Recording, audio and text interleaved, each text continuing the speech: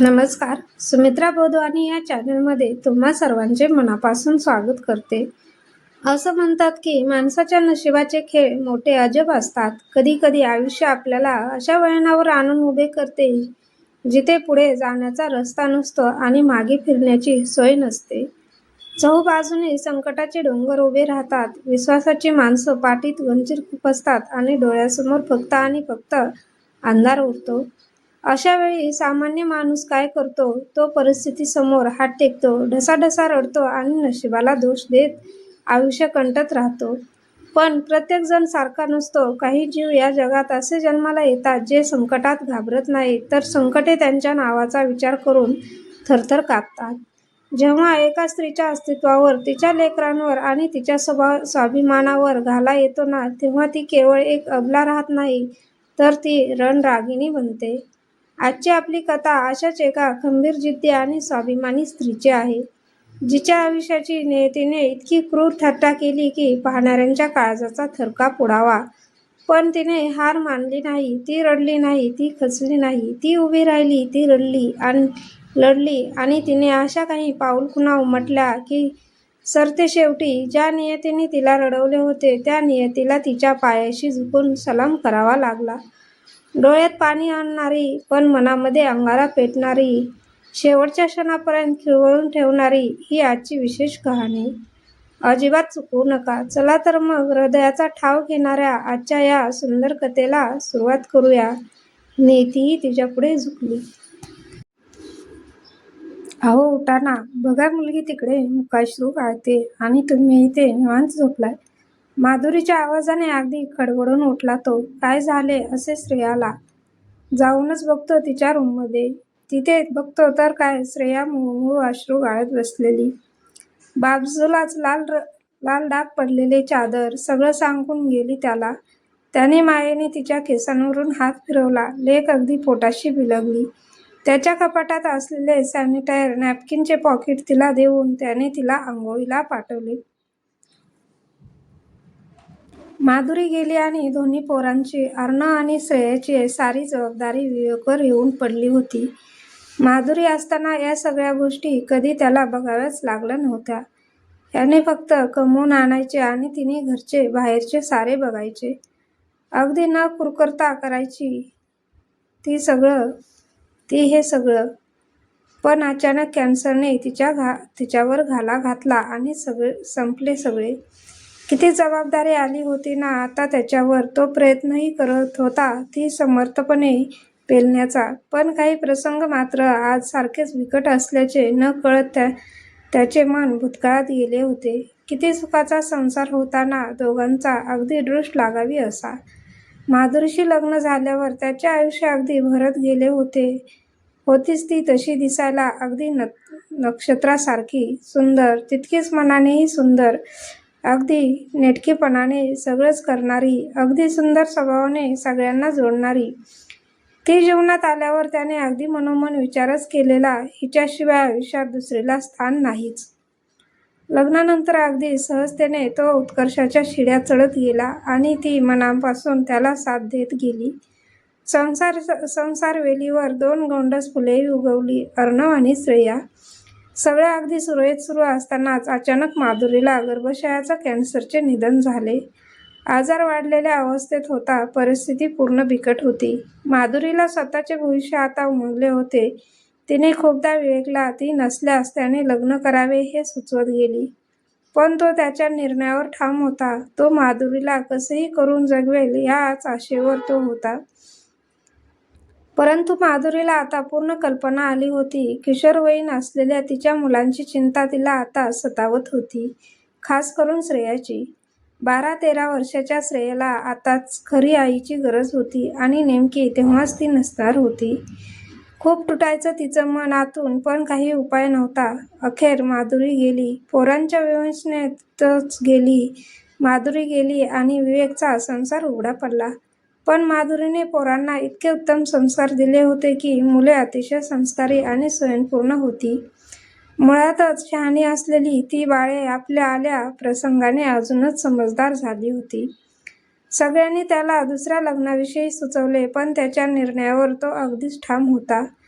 माधुरी त्याच्यात पूर्ण भिनली होती आणि त्या अवधूताचा अपमान करणे त्याला शक्य नव्हते.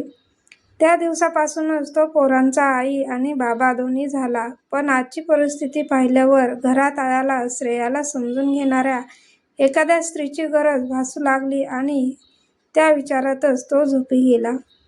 दुसऱ्या दिवशीही तेच विचार त्याला पोखरू लागले. त्याचं तंद्रीत तो पुन्हा निद्राहीन झाला. आज पुन्हा माधुरी त्याच्या स्वप्नात आली. अहो, ऐकलं का? श्रेयाला ना आता थोडी आईच्या उभेची गरज आहे. तुम्ही असे करा ना, उद्याच गावाकडे जा आणि आई आणि बाबांना घेऊन या. मला माहीत आहे की तुम्ही म्हणाल की आपण त्यांच्यासाठी स्वतंत्र रूम बांधूनही ते आले नव्हते मागे, मग आता येणार का? अहो, माझे मन सांगते येतील ते. तुम्ही जा, बघू उद्याच. अगदी खडबडून उठला तो. किती सहजपणे तिने त्याचा प्रश्न सोडवला होता ना. अलीकडे असेच व्हायचे. तो विचारांच्या तंद्रीत चिंतेत झोपी जायचा आणि ती त्याच्या स्वप्नात येऊन त्याच्या चिंतेचे निवारण करायची.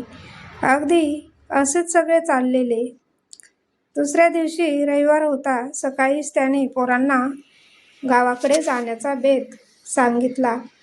मुलेही आजोबा आजीच्या भेटीला आतुर झाली.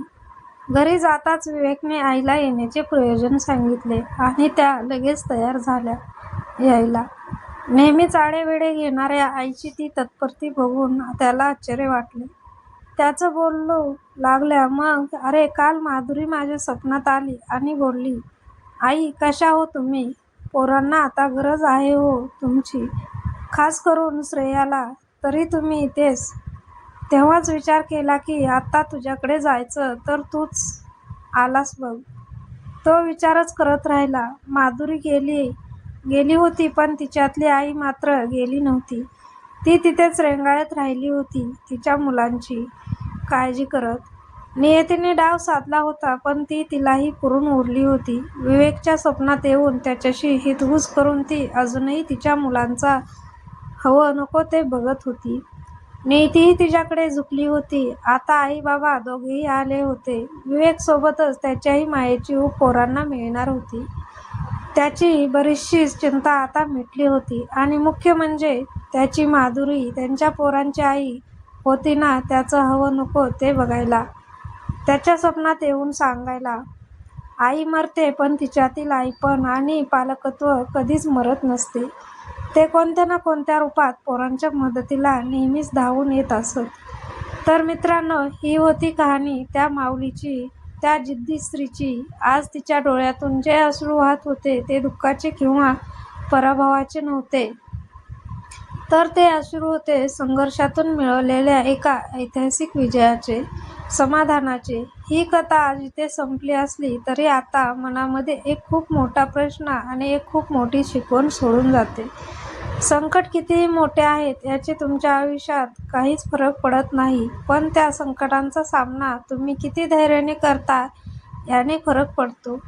परिस्थिती कशीही असो, जर तुमच्या मनामध्ये जिंकण्याची जिद्द जिवंत असेल तर जगातील कोणतीही ताकद तुम्हाला हरवू शकत नाही. तुमचे कष्ट प्रामाणिक असतील तर नशिबाच्या रेषांनाही आपले मार्ग बदलावेच लागतात. माझ्या सुमित्रा बोधवानी चॅनेलला नेहमीच हा प्रामाणिक प्रयत्न असतो. या छोट्या छोट्या कथांच्या माध्यमातून तुमच्या निराश झालेल्या मनाला एक नवीन उमेद मिळावी, जगण्याची एक नवीन ताकद मिळावी, म्हणून तुम्हाला आजची ही कथा कशी वाटली, कथेतील कोणत्या भागाने तुमच्या मनाचा ठाव घेतला, हे मला खाली कमेंटमध्ये करून नक्की सांगा. मी तुमच्या प्रत्येक कमेंटची अतिशय उत्सुकतेने वाट पाहत असते. जर या कथेने तुमच्या हृदयाला स्पर्श केला असेल तर व्हिडिओला एक लाईक नक्की करा. ही प्रेरणा फक्त स्वतःपुरती मर्यादित ठेवू नका. तुमच्या मित्रपरिवारात, नातेवाईकांमध्ये आणि व्हॉट्सअप ग्रुपवर हा व्हिडिओ आवर्जून शेअर करा. कारण काय सांगावं, तुमच्या एका शेअरमुळे कदाचित एखाद्या खचलेल्या, हताश झालेल्या जीवाला पुन्हा उभे राहण्याची शक्ती मिळेल. अशाच नवनवीन, वास्तववादी, भावुक आणि प्रेरणादायी कथा दररोज ऐकण्यासाठी आपल्या सुमित्रा बोधवानी चॅनेलला आजच सबस्क्राईब करा आणि शेजारील बेल आयकॉन दाबायला विसरू नका, जेणेकरून नवीन कथेचे नोटिफिकेशन सर्वात आधी तुम्हाला मिळेल. पुन्हा भेटूया एका नवीन आणि अशीच मनाला भिडणारी कथा घेऊन. तोपर्यंत स्वतःची काळजी घ्या. नेहमी सकारात्मक राहा. धन्यवाद. जय हिंद, जय महाराष्ट्र.